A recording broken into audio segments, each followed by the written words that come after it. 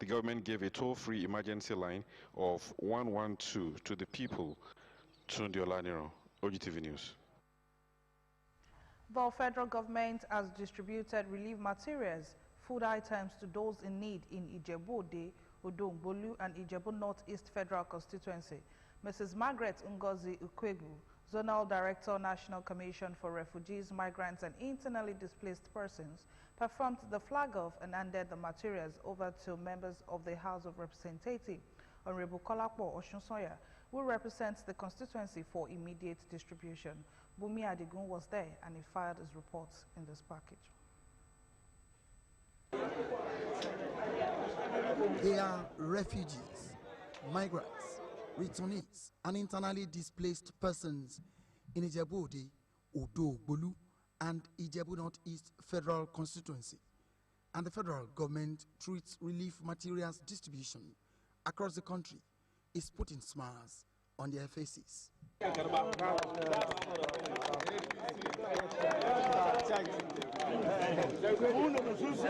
These items, food and non-food, worth millions of naira, will be distributed here freely. Honorable Kolapo Koride Oshunsoya, who represents this constituency in the House of Representatives, is here with the federal government entourage to prepare them for the exercise. All these items we are giving you today from the federal government. Don't go and sell it. Right on time, the Southwest Zonal Director, National Commission for Refugees, Migrants, and Internally Displaced Persons, arrived to perform the flag off. Well, for the meantime, this is for Ijebu-Ode. And of course, you know, the Honorable Federal Commissioner is passionate about ensuring that these items, items of relief, reach every part of the country. So it's going to be in a gradual phase, but it will be done. Honorable Kolapo Koride Oshunsoya thanked the federal government, the state government, and again assured his people of better representation with more dividends of democracy. Well, we want to thank the federal government for bringing out this initiative. We are parleying with the National Assembly, which I'm the representative from this federal constituency. And what we are trying to do for us is a pack of relief to the entire nation, which this federal constituency is benefiting from the Ogun State. So we believe and we try to encourage the federal government to do more to the other federal constituencies. The people expressed their gratitude and appreciated the government for the support. We really appreciate, really appreciate. Since you have something to eat with your children, you won't think of going over there, because most of those people that went there is out of poverty. I will be very frank with you, they have been so great to refugees in Nigeria. They have done so many things for refugees. From Ijebu-Ode, Bumi Adigun, OGTV News.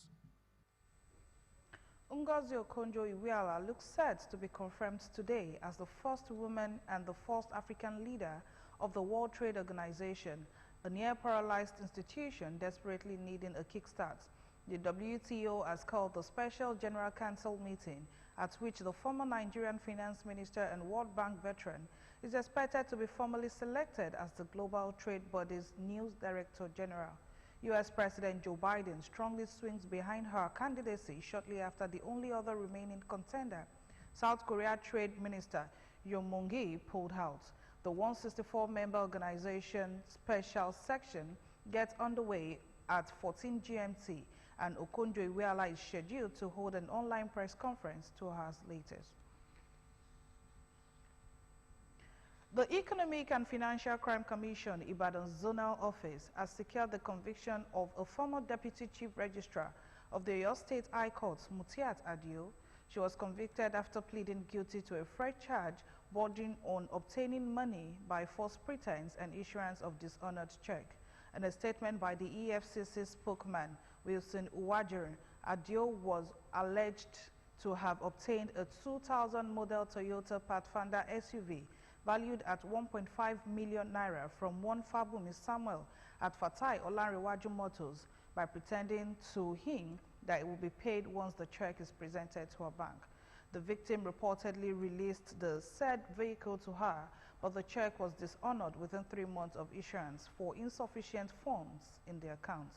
Upon arraignment on January 30, 2018, the defendant had initially pleaded not guilty to the charges, but later changed her plea to guilty after a plea bargain agreement leading to amendment of the charge. Justice Owolabi thereafter pronounced the defendant guilty of the offense and sentenced her to 3 years imprisonment. The court also ordered her to restitute to her victim the sum of 500,000 naira, in addition to the sum of 1 million naira she had previously paid in restitution to the victim. An armed robbery suspect who has been terrorizing Obadaoko and its environs, Ibrahim Fatai, aka Hemia, has been apprehended by men of Ogun State Police Command on the 10th of February 2021. DSP Abimbola Oyeyemi, the police PRO for Ogun State Command, has said the suspect who violently dispossessed Tijani Sadiq of 120,000 naira and 2 bags of rice along Araromi Street on the 5th of February was cited by the victim, who quickly alerted the police. Upon the information, the DPO Obadaoko Division, CSB Bernard Edogboyan, swiftly mobilized his patrol team and moved to the scene where the suspect was apprehended. Preliminary investigation revealed that the suspect, who is the leading member of the Eye Confraternity, led hoodlums who vandalized Obadaoko Divisional Headquarters on the 21st of October 2020 during the NSAS protest. He has confessed to many cult-related fracas in Obadaoko and its environment. Meanwhile, the Commissioner of Police, CP Edward Ajogun, has ordered the immediate transfer of the suspect to the State Criminal Investigation and Intelligence Department for further investigation. He also directed that the efforts of the efforts should be on to apprehend the remaining members of the gang in order to put an end to their nefarious activities in the area.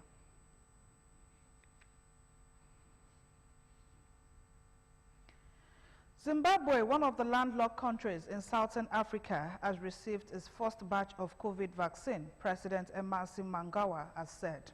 The first batch of vaccine for Zimbabwe has successfully been delivered, while vaccination will start this week. President Mnangagwa in a tweet said the faster the country is protected against this virus, the faster Zimbabwe's economy can flourish. 4 government ministers have so far died of coronavirus in Zimbabwe, prompted the country to further tighten lockdown measures.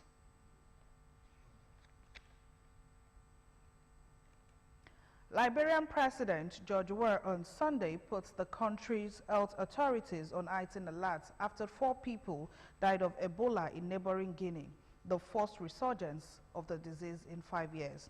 We has mandated the Liberian health authorities and related stakeholders in the sector to heighten the country's surveillance and preventive activities in the wake of reports of the emergence of the deadly Ebola virus disease in neighboring Guinea.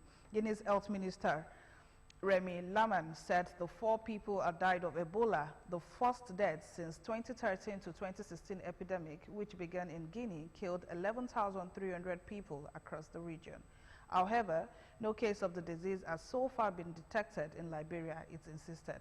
While the health authorities are urged to increase their alert level, the general public is assured that there is no case of Ebola in Liberia, and the government is undertaking all measures to ensure that the public remains safe from the deadly virus. Small groups of protesters have begun to gather in Myanmar despite the armored vehicles which have appeared on the streets of several cities. The military heightened presence is the latest sign of a potential crackdown on opposition to the coup it carried out on February 1st.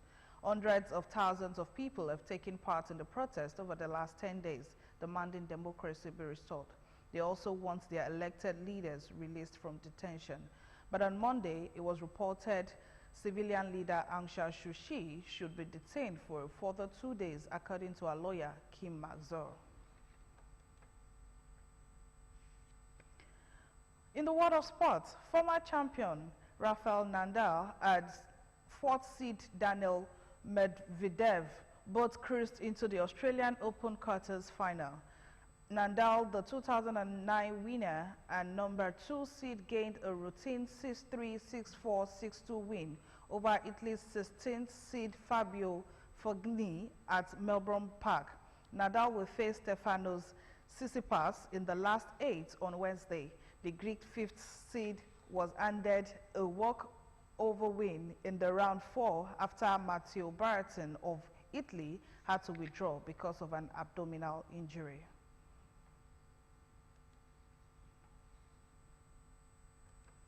To round off the news, the dignity of labor has to be our national duty. It has to be a part of our nature. Don't forget that you can also watch us live on this platform: Apple, Roku, Facebook, and Android devices. You can also watch us live on OGTV website, www.ogtv.com.ng/live. Many thanks for joining us on the Midday News. Good afternoon.